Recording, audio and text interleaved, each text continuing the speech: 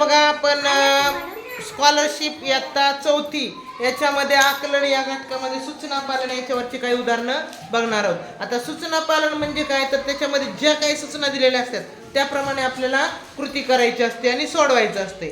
तर मग आपण सूचना पालन मध्ये पहिल्यांदा आकलनामधला जो घटक आहे सूचना पालन त्याच्यावरची काही उदाहरणं बघणार आहेत. बघा, पहिलं उदाहरण काय, एक वाक्य दिलेलं आहे, शैक्षणिक क्षेत्रातील अण्णांच्या उत्तुंग कार्यामुळे त्यांना सर्वजण कर्मवीर म्हणून ओळखतात. अशा प्रकारचं हे वाक्य आहे आणि त्या वाक्यावरची काय सूचना आहे पहा, वरील वाक्यातील जोडाक्षरी शब्दांची संख्या किती. म्हणजे वरच्या वाक्यामध्ये जोडाक्षर असलेले किती शब्द आहेत.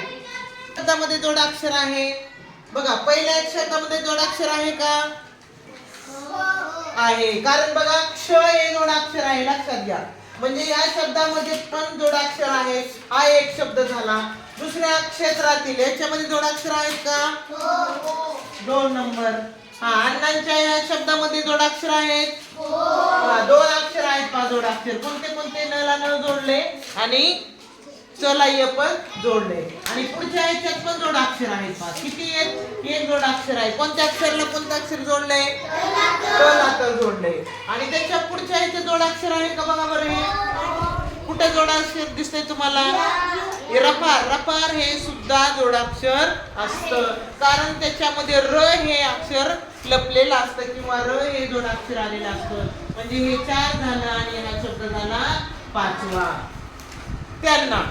त्यांना या शब्दामध्ये जोडाक्षर आलेलं आहे का, कोणतं जोडाक्षर आहे, तला जोडलेलं आहे. म्हणजे किती झालं, 6. सर्वजण, हा, कारण याच्यामध्ये सुद्धा रफार आलेला आहे, त्याच्यामध्ये आहे. आणि हे मलाह, याच्या मलाह जोडलेले आहे. आणि ओळखतात या शब्दामध्ये जोडाक्षर आलेले का, नाही. म्हणजे एकूण किती जोडाक्षर असलेले शब्द तयार झालेले आहेत या ठिकाणी, 9 तयार झालेले आहे. मग लक्षात ठेवा मुलांना, जोडाक्षर म्हटल्यानंतर क्ष हे सुद्धा जोडाक्षर असतं. जे तुम्ही मुळाक्षर लिहिताना त्याच्यामध्ये येतं का क्ष. आणि दुसरं अक्षर आहे ज्ञ, ज्ञ सुद्धा जोडाक्षर असतं. आणि तुम्ही हे त्र स्र ते पण जोडाक्षर आहे. मग त्र कसं आणि स्र कसं असतं, हे शेष वर्गाचा अर्थ त्याच्या पोटात स्र, म्हणजे हे सुद्धा जोडाक्षर आहेत. मग लक्षात ठेवायचं, फक्त एक अक्षर कायम लक्षात ठेवायचं, त्याला रुकार दिलेला असतं, ते कधी जोडाक्षर नसतो. उदाहरणार्थ बघा, कृपा. कृपा हे ह्याच्यामध्ये जोडाक्षर आहे का, नाही, कारण हे जे आहे ना ह्याला रुकार जोडलेला आहे, ऋषी सर, ते जोडाक्षर नसतं, लक्षात ठेवायचं. बाकी रफार हे पण जोडाक्षर असतं आणि क्ष, ज्ञ, हे त्र स्र हे सगळे जोडाक्षरे असतात. तुम्हाला मुद्दाम प्रत्येक परीक्षेमध्ये असे येतात पहा, जोडाक्षर ओळखा, एकूण किती जोडाक्षरे आलेले आहेत. मग क्ष असतं पण आपण वाटतं ते क्ष जोडाक्षरच नाही, तुम्ही धरतच नाही क्षला.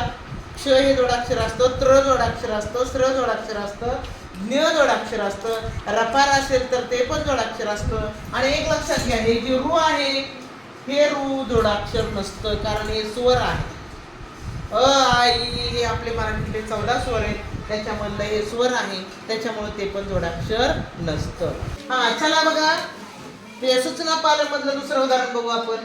मास जदिल हा जो शब्द आहे, या अक्षर समूहातील अक्षरांचा योग्य क्रम लावून अर्थपूर्ण शब्द तयार करा. म्हणजे अशा प्रकारचा अक्षराचा समूह आहे, त्याच्यापासून योग्य क्रम लावून एक अर्थपूर्ण शब्द तयार करायचा आहे. पुढे काय सूचना आहे पहा, या शब्दातील अनुक्रमे उजवीकडून तिसऱ्या व डावीकडून दुसऱ्या अक्षरापासून तयार होणाऱ्या शब्दाचा समानार्थी शब्द कोणता. मग एक लक्षात घ्यायचं पहा, एकाच वेळेस एकाच उदाहरणामध्ये 4-5 सूचना दिलेल्या असतात. आपण काय करायचं, त्यावेळेस एक एक सूचना सोडवत जायचं. मग इथं काय म्हटलेलं आहे, या अक्षर समूहामध्ये अक्षरांचा योग्य क्रम लावा आणि अर्थपूर्ण शब्द तयार करा.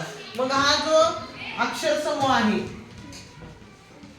याच्यापासून कुठला अर्थपूर्ण शब्द तयार होईल रे, बघा बरं, जल समाधी, बरोबर आहे बघा, जल समाधी, जल समाधी. अशा प्रकारचा हा अर्थपूर्ण शब्द तयार झाला. म्हणजे एक लक्षात घ्यायचं, अशा उलट सुलट क्रमाने लिहिलेले असतात अक्षर, त्याचा योग्य क्रम लावायचा आणि त्याच्यापासून शब्द तयार करायचा, तो अर्थपूर्ण असला पाहिजे. आणि आता याच्या जो शब्द आपली एक सूचना झालेली, आपले काय म्हटलं होतं, अर्थपूर्ण शब्द तयार करा, इथपर्यंत सूचना झाली. आता पुढची काय सूचना आहे पहा, या शब्दातील अनुक्रमे उजवीकडून तिसऱ्या, उजवीकडून तिसऱ्या. आता इथपर्यंत एक सूचना आहे आपली.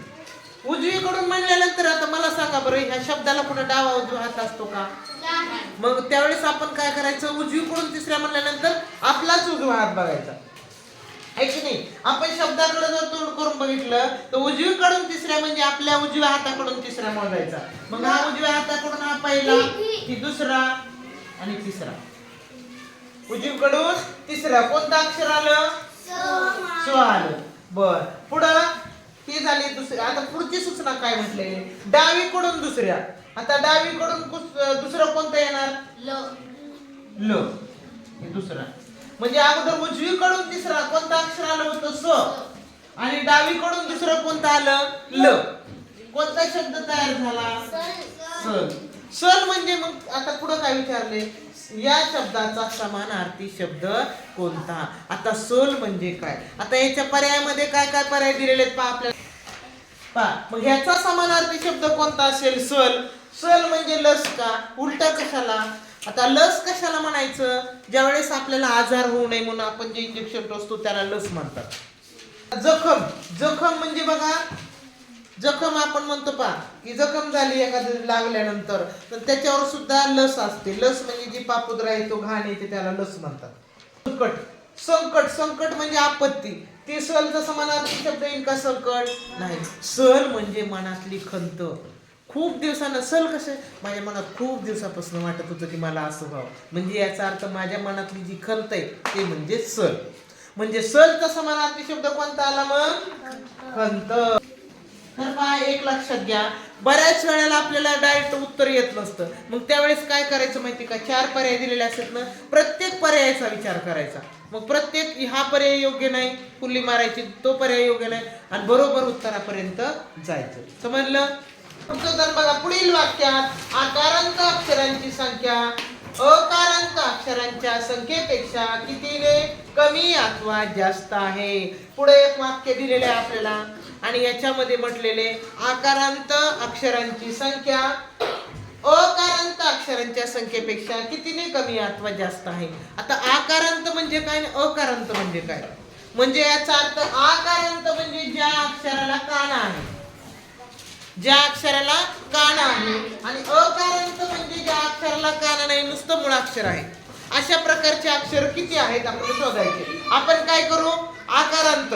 आकारांत म्हणजे काना असणारे, त्याच्या खाली आपण काय करू, एक एक नुसता गोल गोल काढू म्हणजे लक्षात येते आकारांत असलेले किती किती अक्षर आहेत. बघा, याच्यामध्ये क च रा, याच्या खाली गोल गोल, आणि नुसतं काना नाही, नुसते अक्षर आहेत, त्याच्या खाली रेषी उडवायची. समजलं का? लक्षात येते का? तर ज्याच्या खाली कान आहे त्याच्या खाली गोल करू, आणि कान नाही त्याच्या खाली आपण काय करू, रेषा उडू. आता हे टा, त्याच्या खाली काय करू मी, हा क, कान नाही याला, अकारांत. अकारांत म्हणजे ज्याला कान नाही, पुढं हा गोल गोल, पुढं त्याच्यामध्ये ह्याच्यात आहे काना. काना असणाऱ्याला आपण काय केलेलं, एक टिंब दिलेलं आहे त्याच्या खाली. त्याच्यानंतर इथं पण काना आहे, त्याच्या खाली पण टिंब देणार, आणि याच्यात काना नाही, ह्याला काना नाही, ह्याला पण काना नाही. त्याच्यात अकारांत शब्दाखाली आपण रेष ओढत आहोत. इथं काना आहे, त्याच्या खाली टिंब देणार आहोत. आता याच्यामध्ये काना नाही, त्याच्या खाली रेष, काना नाही, त्याच्या खाली रेष. म्हणजे अकारांत शब्द जे आहेत, ज्याला काना नाही त्याच्या खाली आपण रेष ओढू.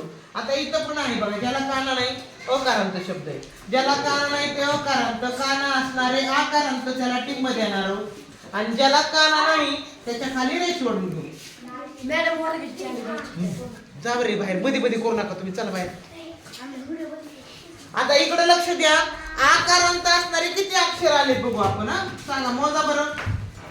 आकारांत बघा, आकारांत म्हणजे काना असणारे 1 2 3 4 5 6 आणि 7. आकारांत असणारे 7 अक्षर आलेले, आणि अकारांत म्हणजे ज्याला काना नाही असे किती अक्षर आहेत मोजू आपण. मोजा, 1 2 3 4 5 6 7 8 9 10 11 12 13. हे अकारांत आता आपल्याला काय म्हटलंय अकारांत अक्षरांच्या संख्येपेक्षा म्हणजे आकारांतची संख्या कितीने कमी आकारांतची कमी आहे कितीने कमी आहे मग 13 मधून जर 7 काढले तर उरले किती 6 ने कमी आहे 6 ने कमी